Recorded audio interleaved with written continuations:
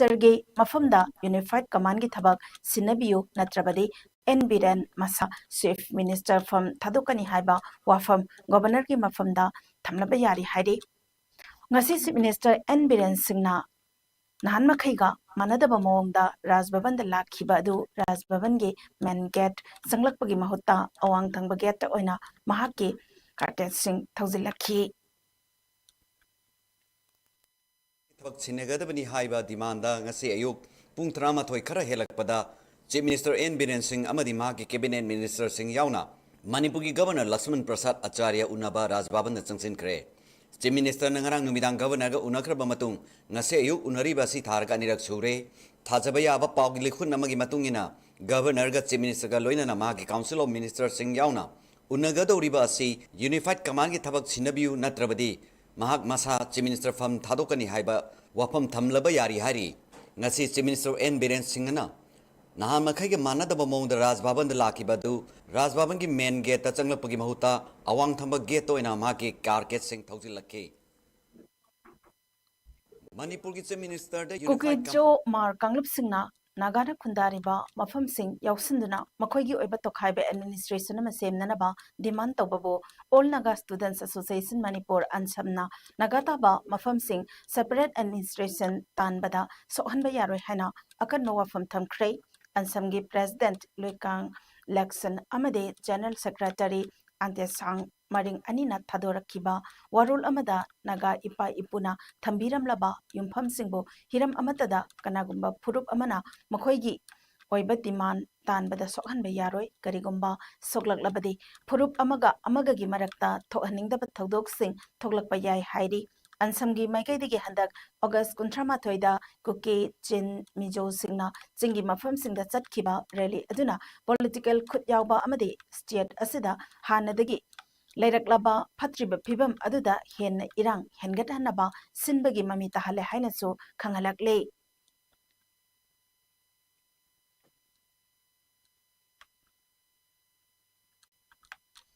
Iscom News na ngarang ayuk anganbada Manipurda drone sing mathau tawhanba yahandaba ngamba haibadi jam thohanba yaba dronam anti drone system imphal la thunglakre hana paw ama breaking pikhraba matung loinana Manipur police ke makok thongba police official singna paw dum sumlei Manipurda dronam yorakle haina confirm tawkhraba tungda Assam Rifles na so dronam asi sizinaba hore haina Manipur police ke maikaidagi thadorakpa serol amada khangalakle police department ke maikaidagi CRPF ke personnel kharana ngarang hariba dronam asi sizinaduna drone bo jam tahanbage video footage amasu thagalakle makhatana CRPF ke maikaidagi anti drone khulai sing state asida athuba matamda pusilakna honari masiki mathakta Manipur police ke maikaidagi so hariba anti drone sing asi lainaba thabak paikhat pa hokra haina Manipur police na thadorakhiba serol amadasu khanghalakle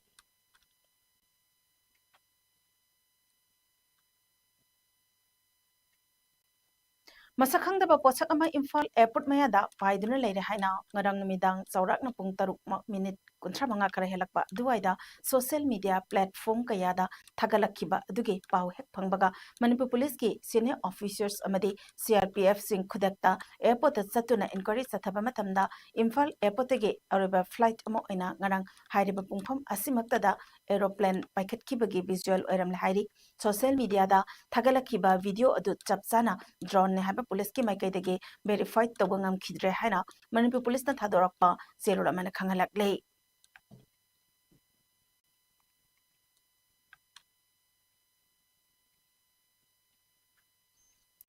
Ziribam district manung sana laiba nungsapi khulda kuki terrorist singna mayamda hiptuna leijaba masagi sahi humpu humdoirom suraba yurembam kulendra sing kauba mioi amabu tamthina nungmaina kaptuna hatlam khiba thokdok adubo mahagi loinabi amade machanupina pendaba phongdorakle laikhidraba kulendra gi loinabina phongdokhibada tumduna leiba mi amabu yumda changlaklaga hatlaba haibasi lal asi maitaina hauribra kuki na hauribra haina hanglakle Sawa Sankayagi Machamasu Singdi Sokte Kuki terrorist sing Lairiba Lengak Asina Thakpani Haina Lengak Asida Maral Sirakle. Nongoi makon tabase mamana chelo aina kugi la nongmai kapi chelo aina duga akhoi je yum lom da akhoi human ga tingki le bako adom da gi akhoi je संबन काल चेलकपने बदुदगी अदुनी Moina हुजी cookie टेरोरिस्टसिंगसिना लागा जुमदा चंगा कापरे मी जुमदा हिप्चना लैदा जुमदा कापरे मी असिगा मोइदा अखोइना हौइरा नाता कुकीसिंगना हौरैदा अखोइदा अदगी पोचै पुनमक्सु लोइना पुबिना चपिखरे पोजु पुखरे हुजी रुपा लाख तारा अमा पुचखरे मचा नुपि थबक तौनबै तमकता मपाना खुसिन चेलम्बनी छनासु अरमा पादरंग हातक हिगी ऐसु ngakan tumjagi sunu ngaleगा हौदोक्तिगेना अद सरकारना तौरिसिबु करिनो बा मागी मचा मसु सोकेना पजा पुनमक्ति तुमना लोइदोरे हुजी कुकी टेरोरिस्ट सरकारना थाकपनेबा सक्चे मसम सांगी मी नेमी मसम सांगदो ममाइदो काउखटपा दुमाइ तोइबको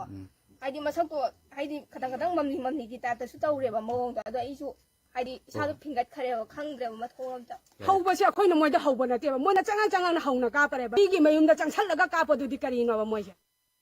Manipur University के हाना फाइनेंस ऑफिसर लोनना Manipur Public Service Commission के सो मेंबर ओइरंबा लमदिंगदगे लाइमजम मनाउसिंगना थासिगी मरीदा मसागी अनाबना गुवाहाटी के प्राइवेट हॉस्पिटल दा लायंगदुना लेरकलबा मतुंगदा लाइकनबा ngamdana लाइखिदबदा लंडिंग एजुकेटेड वेलफेयर एसोसिएशन लंडिंगी माइकैदगे अवाबा फोंदोरकले महाक मसागी सही हुमुद्रा तरुक सुख्रे हाइरी लाइखिद्रबा असिना हिंगलिगे मतमदा क्लब लिंखतुना लेकाइगी चौखटननबा हौदोकलंबा लमयानबा मियोय अमनी लाइरिक लाइसुगे मरमदसु मियामगे तानाफम ओइरखी यांगमम कुमार कॉलेज वांगजिंग हौजिकना वाईके कॉलेज हाइना खंगनरिबा कॉलेज असिगी गवर्निंग बॉडी के मेंबर सु ओइरमखी हाइरी अरबद मरोइबा पाउ अमुक पिजरी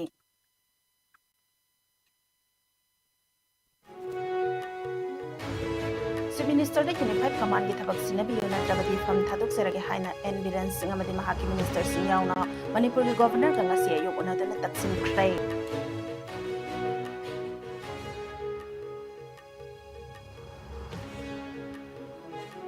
amade Kuki Jo Mar Kanglup Singna Tokhaibe Administration Masemna demand Tobo All Naga Students Association Manipur Ansamna Nagatapa Mafam Singda Sohan Bayaro Haina Kanbawa from Tham Krai